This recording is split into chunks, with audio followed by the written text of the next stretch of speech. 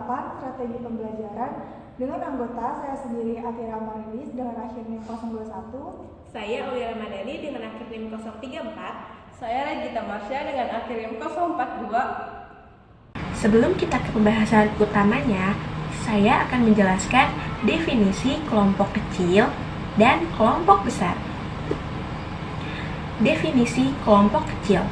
Kelompok kecil adalah metode yang melengkapi instruksi langsung, simulasi, dan kegiatan kelas lainnya dengan melibatkan individu yang bekerja bersama dalam kelompok yang berjumlah 3-6 orang. Definisi kelompok besar. Kelompok besar dalam pembelajaran didefinisikan sebagai kelas atau kelompok yang terdiri dari jumlah peserta didik yang melebihi ukuran kelas tradisional. Kelompok besar biasanya merujuk pada kelas dengan lebih dari 30 peserta didik. Apa sih tujuan dari video pembelajaran kali ini? Video pembelajaran kali ini tujuannya adalah menjelaskan bagaimana perbedaan teknik, pengajaran, dan strategi yang digunakan dalam kelompok kecil dan kelompok besar. Nah, teman-teman, tahu tidak apa perbedaannya? Simak videonya sampai akhir ya. Pembahasan yang pertama yaitu pengajaran dalam kelompok kecil. Seperti yang telah dijelaskan di definisi, pengajaran kelompok kecil adalah metode pengajaran yang melibatkan sekelompok kecil siswa untuk mencapai tujuan pembelajaran tertentu yang berjumlah 3-6 orang. Ciri-ciri dalam pengajaran kelompok kecil yaitu 1. Jumlah peserta yang terbatas. Biasanya terdiri dari 3-6 orang untuk memastikan interaksi yang efektif dan fokus yang lebih baik pada individu. Yang kedua, interaksi yang intensif. Guru dan siswa memiliki lebih banyak kesempatan untuk berinteraksi secara langsung, memungkinkan diskusi mendalam dan bimbingan personal. Yang ketiga, fokus pada kebutuhan individu. Materi dan pendekatan pengajaran disesuaikan dengan kebutuhan, kemampuan, atau kesulitan siswa dalam kelompok tersebut. Yang keempat, kolaborasi aktif. Siswa seringkali untuk bekerja sama, berdiskusi, atau memecahkan masalah bersama sehingga membangun kemampuan kerja tim. Yang kelima, pembelajaran yang lebih fleksibel. Guru dapat menggunakan berbagai metode dan strategi pembelajaran yang sesuai dengan karakteristik kelompok seperti diskusi, simulasi, atau studi kasus. Yang selanjutnya yaitu strategi pengajaran kelompok kecil. Strategi pengajaran kelompok kecil melibatkan pendekatan-pendekatan tertentu agar pembelajaran menjadi efektif dan sesuai dengan kebutuhan siswa. Berikut adalah beberapa strategi yang dapat diterapkan. Yang pertama, yaitu diskusi kelompok. Guru memfasilitasi diskusi dengan memberikan topik atau pertanyaan pemicu. Tujuannya untuk meningkatkan pemahaman melalui pertukaran ide dan pengalaman. Yang kedua, bimbingan individual dan kelompok. Guru fokus pada kebutuhan setiap siswa sambil tetap memanfaatkan dinamika kelompok untuk mendukung proses belajar. Tujuannya untuk memberikan perhatian khusus pada siswa dengan kebutuhan belajar tertentu. Lalu yang ketiga ada simulasi atau role playing. Siswa memainkan peran atau simulasikan situasi tertentu untuk memahami konsep secara praktis. Tujuannya untuk meningkatkan pemahaman melalui pengalaman langsung. Dan yang keempat, belajar kooperatif atau cooperative learning. Setiap anggota kelompok memiliki tanggung jawab tertentu untuk menyelesaikan tugas bersama. Contohnya jigsaw dan team pair share. Tujuannya untuk mendorong kerjasama dan saling membantu antar siswa. Dan yang terakhir, diskusi terarah atau guided discussion. Guru memberikan panduan atau pertanyaan-pertanyaan spesifik untuk menjaga diskusi tetap baik atau tetap fokus. Tujuannya untuk mengarahkan pemahaman siswa pada konsep utama. Nah, lalu ada contoh penerapan-penerapan dari pengajaran kelompok kecil. Teman-teman tahu tidak? Contohnya apa saja? Nah, yang pertama ini contohnya diskusi kelompok seperti dalam pembelajaran bahasa Indonesia. Tujuannya agar siswa mampu memahami tema dan pesan dalam cerita pendek. Langkah penerapannya, yang pertama, guru membagi siswa ke dalam kelompok kecil 3 atau sampai 6 orang. Yang kedua, setiap kelompok membaca cerita pendek yang berbeda. Yang ketiga, siswa berdiskusi untuk mengidentifikasi tema, tokoh, konflik, dan pesan moral cerita. Yang keempat, hasil diskusi dipresentasikan di depan kelas. Lalu contoh kedua, yaitu simulasi atau role playing. Ada pada mata pelajaran IPA. Tujuannya agar siswa mampu memahami siklus air. Langkah-langkah penerapannya, yang pertama, siswa dibagi ke dalam kelompok kecil, masing-masing memainkan peran. Misalnya, ada peran air, peran awan, peran hujan, dan peran sungai. Yang kedua, mereka mensimulasikan proses siklus air dengan bergerak dan menjelaskan peran mereka. Lalu yang terakhir, guru memberikan penjelasan tambahan untuk melengkapi pembelajaran. Nah, setelah tadi kita belajar mengenai pembelajaran dalam kelompok kecil, sekarang kita bahas ke pembelajaran dalam kelompok besar. Sebelumnya, apakah ada yang tahu apa itu pembelajaran dalam kelompok besar? Mari sama-sama kita bahas. Pembelajaran dalam kelompok besar ialah metode pengajaran yang melibatkan lebih dari 20 bahkan sampai ratusan orang dalam satu sesi dalam pembelajaran. Pembelajaran ini biasanya dilakukan dalam universitas atau instansi-instansi yang melibatkan banyak peserta. Ciri-ciri dari pembelajaran kelompok besar yang pertama adalah pengajaran yang bersifat umum dan komprehensif.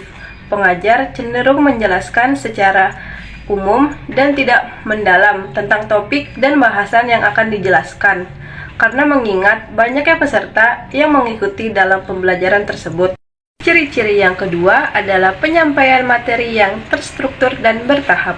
Materi yang disampaikan harus terstruktur dengan baik dan bertahap, mulai dari masalah umum sampai masalah yang lebih kompleks, agar peserta didik dapat memahami apa yang disampaikan. Ciri-ciri yang ketiga adalah penyampaian materi yang menggunakan berbagai macam metode. Agar peserta didik tidak bosan dalam mendengarkan materi yang dijelaskan, kita harus menyiapkan metode-metode pembelajaran yang interaktif, seperti kuis atau diskusi-diskusi kelompok yang melibatkan anggota-anggota dari peserta didik tersebut. Ciri-ciri yang keempat, materi yang dijelaskan fokus pada prinsip dasar dan konsep umum. Karena pengajar tidak harus menjelaskan secara detail dengan banyaknya peserta didik dalam suatu pembelajaran tersebut. Pada dasarnya, materi yang dijelaskan dalam pengajaran kelompok besar berorientasi pada pemahaman umum. Ciri-ciri yang kelima, pada umumnya pembelajaran kelompok besar lebih melibatkan penggunaan metode dan teknologi yang bervariatif. Penggunaan teknologi dalam penyampaian materi ini dapat memudahkan pengajar untuk menyampaikan materi dengan audiens yang lebih banyak, misalnya seperti video pembelajaran atau aplikasi-aplikasi pembelajaran lain yang ada di Play Store ataupun App Store. Ciri-ciri yang kelima adalah tantangan dalam menyampaikan materi. Karena peserta dalam pembelajaran kelompok besar ini melibatkan banyak orang, jadi materi yang disampaikan kadang tidak dapat tersampaikan dengan baik dan detail, karena pada dasarnya materi yang disampaikan hanya berfokus pada pemahaman umum. Selanjutnya, kita akan membahas strategi-strategi yang dapat diterapkan dalam pembelajaran kelompok besar. Strategi yang pertama adalah menggunakan metode presentasi yang efektif dengan menentukan struktur yang jelas dan logis dalam menyampaikannya. Strategi yang kedua, kita dapat menerapkan teknik interaktif dalam penyampaian materi seperti sesi tanya jawab, kuis, diskusi, ataupun polling. Strategi yang ketiga, kita dapat menggunakan bantuan teknologi seperti menggunakan platform media online yang dapat kita akses seperti Zoom, Google Classroom, ataupun Moodle. Strategi yang keempat yaitu menggunakan pengajaran yang kolaboratif seperti pengajaran melalui interaksi dan juga kerjasama antar peserta didik. Nah, karena tadi kita sudah belajar pengertian dari pengajaran kelompok besar dan juga ciri-ciri serta strategi, pada yang terakhir ini kita akan belajar apa sih contoh penerapan pembelajaran kelompok besar yang biasa kita lakukan dalam sehari-hari. Jadi, contoh penerapannya itu yang pertama adalah presentasi kelompok, yang kedua ada kuis interaktif, yang ketiga ada diskusi kelompok, dan yang keempat ada tugas kelompok. Nah, setelah tadi kita mempelajari pembelajaran dalam kelompok kecil dan juga pembelajaran dalam kelompok besar, tentu saja dua pembelajaran tersebut memiliki perbedaan yang sangat signifikan. Mari kita bahas satu-satu apa saja perbedaan dari dua pembelajaran tersebut. Perbedaan yang pertama yaitu dari jumlah peserta didik. Jumlah peserta didik dalam pembelajaran kelompok besar biasanya terdiri lebih dari 20 orang, bahkan ratusan, sedangkan dalam pembelajaran kelompok kecil terdiri dari 2 hingga 20 orang. Perbedaan yang kedua dapat dilihat dari interaksi dan partisipasi. Interaksi dalam pembelajaran kelompok kecil sangat tinggi, sedangkan interaksi dalam pembelajaran kelompok besar terbatas karena banyaknya peserta didik. Perbedaan yang ketiga adalah dalam sistem pengajarannya. Pada kelompok kecil, pengajaran yang diajarkan lebih berfokus kepada penyelesaian masalah, role playing, dan juga pembelajaran berkolaboratif. Sedangkan pembelajaran dan pengajaran dalam kelompok besar lebih berfokus kepada diskusi kelompok, tugas kelompok, dan juga tanya jawab.